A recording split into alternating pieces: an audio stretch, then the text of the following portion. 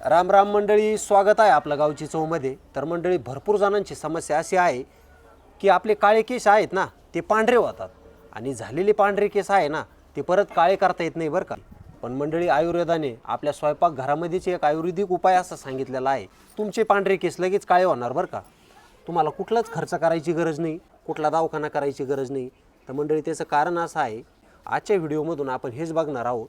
तर मंडळी, व्हिडिओ अगदी शेवटपर्यंत बघा आणि व्हिडिओ आवडल्यास व्हिडिओला लाईक करा आणि टिप्पणी करायला विसरू नका. आपले लहान मुलं असू द्या घरामध्ये, त्या सर्व जणांना ही कारळाची चटणीच खायला भेटत नाही, बरोबर ना. हो. पूर्वी आपले आजी आजोबा पणजोबा जे होते ना, त्यांच्या घरामध्ये 24 तास आणि 12 महिने ही कारळाची चटणी उपलब्ध असायची बरं का. आणि ते जुनी माणसं कच्चे कारळसुद्धा खायचे, म्हणजे तव्यावर भाजून खायचे. तर मंडळी, मी तुम्हाला आजच्या व्हिडिओमधून एकदम प्रामाणिकपणे या कारळाची माहिती सांगणार आहे. हे कारळ आपण भाजून ठेवून जर सकाळ सकाळ उपाशी पोटी जर खाल्ले ना, उपाशी पोटी खायचे आणि वरून पाणी प्यायचं.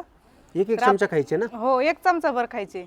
तर आपले पांढरे झालेले केस काळे होऊन जाते बरं का, महिना दीड महिन्यामध्ये. आपण किती मेहंदी लावलं, मेहंदीमध्ये किती केमिकल असतं, डाय केला केसाला, त्याच्यामध्ये भरपूर केमिकल असतं आणि ते आपल्या डोळ्यामध्ये उतरतं, त्याच्यामुळे डोळ्यांना त्रास होतो.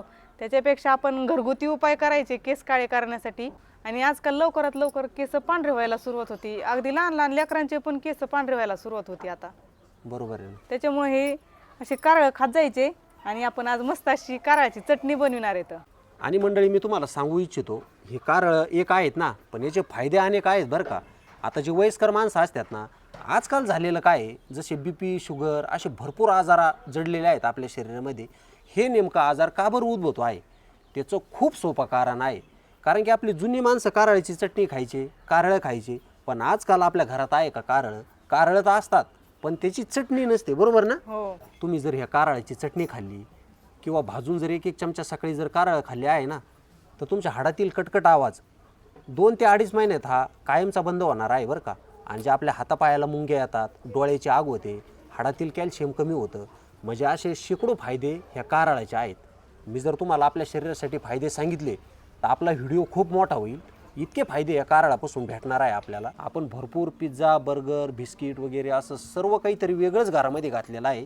जवस, कारळ, हावरी हे असे तेलकट पदार्थ असते, त्याच्यामुळे ते आपल्या आहारामध्ये खाल्लेच पाहिजे. आपण रोजची रोज खाल्ले पाहिजे. त्याच्यामुळे आपण रोज खात नाहीत ना, लक्षात राहत नाही. त्याच्यामुळे जेवणासोबत चटणी बनवून ठेवायची आणि चटणी खायची त्याची. तुम्ही कडधान्य विसरू नका, हावरी विसरू नका, जवस विसरू नका, असे तेल देणारे खाद्यपदार्थ तुम्ही विसरू नका. आणि बाहेरचं खाणं थोडं कमी करा. तर चला, छान आपण अशी मिरची बनवू आज याची. याला चटणी पण म्हणते. तर आपण आता चटणीला सुरुवात करू.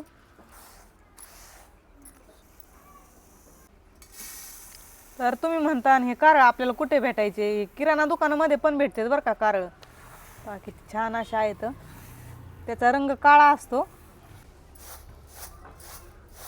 आणि मंडळी, तुम्ही तीळ झालं, हावरी झालं, कारळ झालं, हे जे कडधान्य आहेत ना, याला अजिबात विसरू नका बरं का.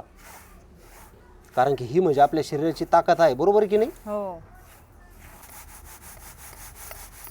आपण चूल पेटून घेतली. आता हे वाटी भरून कारळ निवडून घेतलेत चांगले. आपल्याला आता हे भाजून घ्यायचे. कारळ टाकून घेऊ. जास्त पण भाजायचे नाही, थोडेसे गरम झाले काढून घ्यायचे. आपले कारळ चांगले भाजून झाले तर तडतड वाजायला लागले तर मंडळी, 1 मिनिटात भाजतात बरं का हे कारळ. हो, जास्त नाही भाजून घ्यायचे. कारळाची एवढी दक्षता घ्यायची आहे, अगदी कमी वेळेत भाजून होत आहे ते कारळ. बघू शकता तुम्ही. आता थंड होऊन द्यायचे. तर गरमच आहे ते. आपण कारळाची चटणी बनवण्यासाठी इथं साहित्य घेतलंय. एक मोठी लसणाची कांडी घेतली, 3 मोठे मोठे चमचे लाल मिरची पावडर घेतली. याच्यामध्ये लाल वाळलेल्या मिरच्या कुटल्या ना तरी पण चालतं. इथं मीठ घेतलंय चवीनुसार. लसूण सोलून घेऊ. आपण खलबत्ता घेतलाय, त्याच्यामध्ये कारळ टाकून घेऊ. 2 वेळेस करून टाकावं लागतील ना. हो.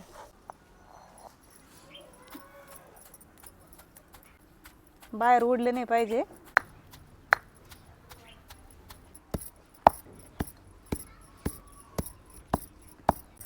थोडे थोडे कुटून घेऊ. चांगलं खायचं म्हटलं भाग्यश्री कष्टच करावं लागतं. हो.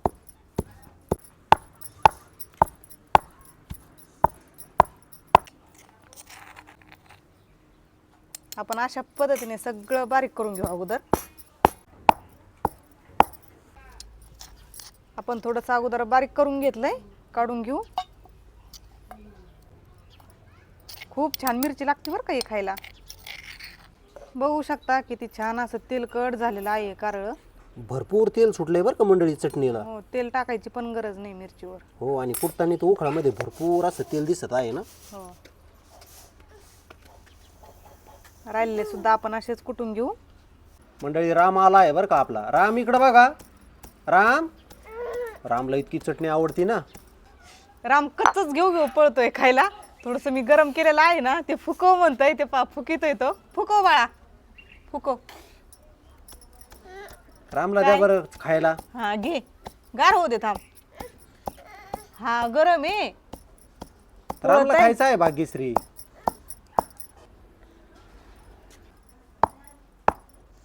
आपलं सगळं कारळ बारीक झाले आता.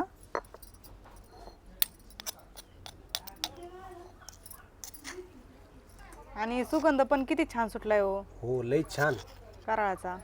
आपण आता हे पण कमी करू. आपण आता मिरची टाकून घेऊ. जास्त तिखट नाही बनवायची. आपले लहान लहान लेकरं खातात ना. मीठ, लसूण, तर हे पण आपल्याला चांगलं बारीक करून घ्यायचंय.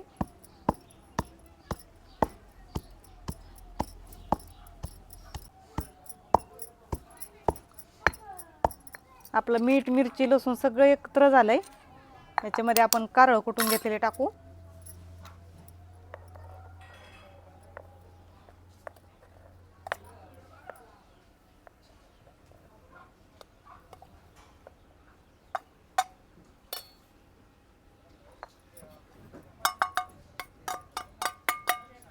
आता हे आपल्याला सगळं मिक्स करून कुटून घ्यायचंय चांगलं. याच्यामध्ये शेंगदाणे वगैरे काहीच घालायचं नाही बरं का. अशीच चटणी छान लागते. आता डबल चांगली कुटून घ्यायची. सगळं एकजीव होऊन जाईल मग. मंडळी, तुम्हाला आठवत असेल जुने जे माणसं होते ना आपले, त्यांचे केस कधीच पांढरे झाले नाही बरं का. जेवणासोबत खाताना मिरचीला अजिबात तेल टाकायची गरज नाही. पहा किती छान अशी तेलकट झालेली आहे. हो, आपण आता काढून घेऊ. आणि तेल जरी घेतलं ना भाग्यश्री, आपल्याला शेंगदाणा तेल वापरायचं आहे ना त्याच्यामध्ये. मंडळी, काय ताकद आहे. पांढरे केस होणे, नजर कमी होणे, दात पडणे, दात किडणे, असे भरपूर आजार दूर करते बरं का आपली कारळाची चटणी. तुम्ही नक्की बनवायचा आणि नक्की खात जा बरं का. खमंग सुगंध सुटला आपल्या चटणीचा. तर चला, तुम्हाला आजच्या कारळाच्या चटणीचा व्हिडिओ कसा वाटला नक्की कमेंटमधून कळवा. आणि तुम्ही जर अशी चटणी बनविली नसाल ना, तर अशा पद्धतीने नक्की बनवा. खूप छान लागते खायला. आपलं गावची चव चॅनल जर सबस्क्राईब केलं नसेल ना, तर आठवणीने सबस्क्राईब करा. तर चला, पुन्हा भेटू आपण अशाच एका नवीन रेसिपीमध्ये. तोपर्यंत धन्यवाद.